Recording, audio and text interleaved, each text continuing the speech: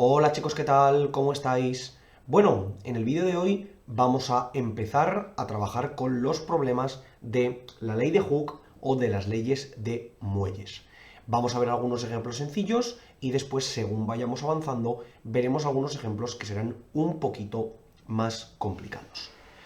Por el momento, vamos a empezar con el primer problema que nos dicen: tenemos un muelle colocado de manera horizontal, un muelle con una constante de 50 newtons por metro, de tal manera que se le ejerce una fuerza extensiva, es decir, una fuerza hacia afuera de 10 newtons. Determina cuál será el alargamiento que sufrirá dicho muelle. Es decir, nosotros tenemos un muelle, el cual vamos a colocarlo, por ejemplo, en la pared. No nos dicen que esté hacia arriba o hacia abajo, pero simplemente lo ponemos tal que así y ponemos aquí el muelle, de manera natural, ¿de acuerdo? Nos han dicho que la constante eran 50 newtons por metro, ¿ok? La constante de longitud de alargamiento de los muelles tiene que estar en unidades de fuerza por unidad de longitud, ¿vale? Vais a ver por qué, porque si nosotros teníamos que la fuerza era la constante por el alargamiento o por la variación del alargamiento, si yo despejo la constante será fuerza entre alargamiento. ¿Y esto qué es? Newton dividido entre metro. O newton, o me refiero, o cualquier unidad de fuerza entre cualquier unidad de longitud. Realmente cualquiera de ellas, pero en este caso nos las dan en el sistema internacional. Bueno, y nos dicen ahora, ejercemos una fuerza extensiva, es decir, una fuerza hacia afuera, de 10 newtons. Una fuerza de 10 newtons. Y nos dicen, determina cuál será el alargamiento que sufrirá dicho muelle. Este problema nos da muchas pistas porque ya nos dice que la fuerza extensiva automáticamente va a ser un alargamiento, pero sería interesante que nosotros, por nuestra propia cuenta, tuviésemos la consideración de darnos cuenta de que el hacer una fuerza hacia afuera va a hacer que el muelle se alargue, ¿vale? Entonces, ¿qué es lo que ocurre? Que aquí simplemente sabemos que la fuerza va a ser exactamente igual a la fuerza del muelle, porque sabemos que el muelle va a ejercer una fuerza en sentido contrario, tal y como vimos en la teoría, ¿vale? Esta sería la fuerza del muelle y esta sería la fuerza. Digamos que el muelle lo que intenta es compensar esa variación en la posición que ha habido. Es decir, cuando tú lo intentas alargar, él se intenta acortar, y cuando tú lo intentas acortar, él se intenta alargar. ¿Ok? Bueno, entonces, como la composición de la fuerza no la sabemos, pero sí que sabemos la fórmula de la fuerza del muelle, a lo mejor de aquí podemos sacar cierta información. Es decir, la fuerza del muelle tendrá que ser igual a la constante por la variación de la longitud. ¿Ok? La longitud inicial no la sabemos, pero no nos piden que calculemos la longitud inicial, sino que nos piden que calculemos cuánto habrá cambiado el muelle con respecto a cómo empezó, ¿vale? Nos da exactamente igual cuánto midiese al principio, simplemente queremos saber cuál ha sido su variación de longitud.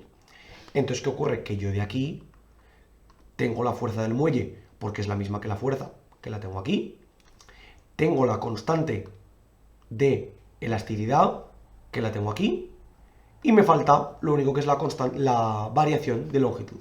Por lo tanto, simplemente despejo. Variación de longitud será fuerza entre la constante. Y esto podemos ver que serán los 10 newtons entre 50, aquí tenemos newtons, y aquí newtons entre metro. Si quitamos los newtons, nos quedará 50, 10 entre 50, que es 0,2, y 1 dividido entre 1 entre metro es metros, lo cual estábamos esperando que así nos saliera. Es decir, que el muelle, si a un muelle de una constante de 50 newtons por metro le ejercemos una fuerza de 10 metros, conseguimos alargarlo 0,2 metros. Además, si os dais cuenta, ¿qué significa que un muelle tenga una constante de 50 newtons por metro? Pues básicamente que yo necesito utilizar 50 newtons de fuerza para moverlo 1 metro. Por lo tanto, si utilizo solamente 10, que es una quinta parte de esos 50 newtons, solamente lo podré mover una quinta parte de un metro, es decir, 0,2 metros. Por tanto, tiene sentido. Este problema tiene una segunda parte muy relacionada con la primera que vamos a ver ahora. Nos dicen, supongamos que una vez estirado el muelle, lo soltamos hasta que vuelve a su posición natural. Una vez en su posición natural, ejercemos exactamente la misma fuerza, pero de manera compresiva. Determina la nueva variación de longitud y la nueva composición de fuerzas. Es decir, que ahora nosotros tenemos nuestro muelle que teníamos antes, ¿vale? Lo voy a volver a dibujar por aquí. Pero en vez de ejercer la fuerza hacia afuera para que el muelle se extienda, la voy a ejercer hacia adentro. ¿Y qué es lo que va a ocurrir? Que el muelle se va a comprimir, porque yo voy a ejercer esta fuerza hacia adentro. ¿De acuerdo? ¿Qué es lo que ocurre? Que tal y como hemos visto antes, si el muelle se tiende a comprimir, él mismo va a tender a expandirse. Es decir, va a volver a intentar estar en su posición natural. Por tanto, tendremos que la fuerza del muelle, de nuevo, será contraria a la fuerza normal que hemos visto en este caso, a esta fuerza inicial. Pero, sin embargo, esta condición de que la fuerza del muelle va a ser igual a la fuerza que tenemos, se va a cumplir, porque solamente tenemos esas fuerzas, ¿ok? Y yo no puedo desplazar el muelle, es decir, yo no me puedo ir con la pared incluida hacia la derecha, hacia la izquierda, ¿vale? Entonces, ¿qué ocurre? Que si quiero calcular el alargamiento que va a ocurrir, me va a pasar exactamente lo mismo que antes. Fuerza del muelle va a ser igual constante por alargamiento, por tanto, el alargamiento será la fuerza del muelle entre la constante, y como es igual a la fuerza, pues será la fuerza entre la constante. Es decir, 10 newtons entre 50 newtons por metro, 0,2 metros. Pero ¿qué es lo que nos ocurre? Que en este caso hemos de tener en cuenta un concepto muy importante, que es que tal y como aquí habíamos tenido un alargamiento positivo, es decir, habíamos visto que la longitud final, por ejemplo, esta podía ser la longitud inicial y esta la longitud final, la variación de longitud era mayor que 0. En el caso del segundo muelle, tendríamos que esto sería la longitud inicial y, por ejemplo, esta sería la longitud final. Por lo tanto, el alargamiento sería menor que 0. Por lo tanto, no sería alargamiento, sino que realmente sería acortamiento. Es decir, estaríamos reduciendo las dimensiones del muelle para la misma fuerza. ¿Y esto por qué ocurre? Porque el sentido de las fuerzas nos cambia. Es decir, cuando yo comprimo el muelle, se ejerce una fuerza hacia afuera que intenta expandirlo, pero realmente el alargamiento es negativo, es decir, acorto el muelle. Y cuando yo extiendo el muelle, se ejerce una fuerza, en este caso, por llamarlo de alguna manera, hacia adentro, donde el muelle intenta comprimirse, pero realmente el alargamiento es mayor que 0.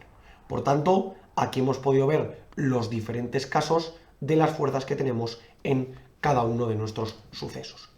Ya habéis visto, chicos, que los problemas que tenemos de compresión y alargamiento de muelles en un principio no son muy complicados.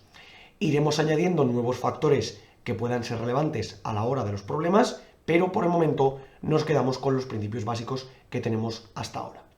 Como siempre os digo, chicos, por favor, cualquier duda, cuestión o pregunta que tengáis, dejándola en los comentarios y nosotros la intentaremos resolver.